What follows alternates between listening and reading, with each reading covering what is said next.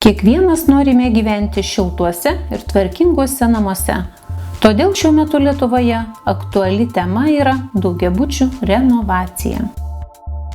Kaip namų savininkams, neturintiems specialių žinių, renovacijos proceso metu susigaudyti, ar tinkamai vykdomi statybos darbai bei naudojamos kokybiškos medžiagos? Čia verta samdyti pastatų renovaciją prižiūrinčius specialistus. Uždaroji akcinė bendrovė Statyba ir priežiūra vykdo statybos bei pastatų techninę priežiūrą nuo 2007 metų. Per tą laiką įgyvendinta labai daug projektų visoje Lietuvoje.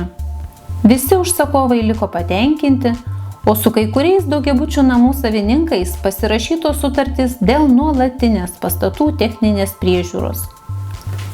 Su specialisto pagalba galima drąsiai vykdyti bet kokią pastatų renovaciją ir būti tikriems, kad po remonto namas bus šiltas, o ateityje ženkliai sutaupytos lėšos namo šildymui. Daugiau apie įgyvendintus projektus žiūrėkite interneto svetainėje statybairpriežiūra.lt.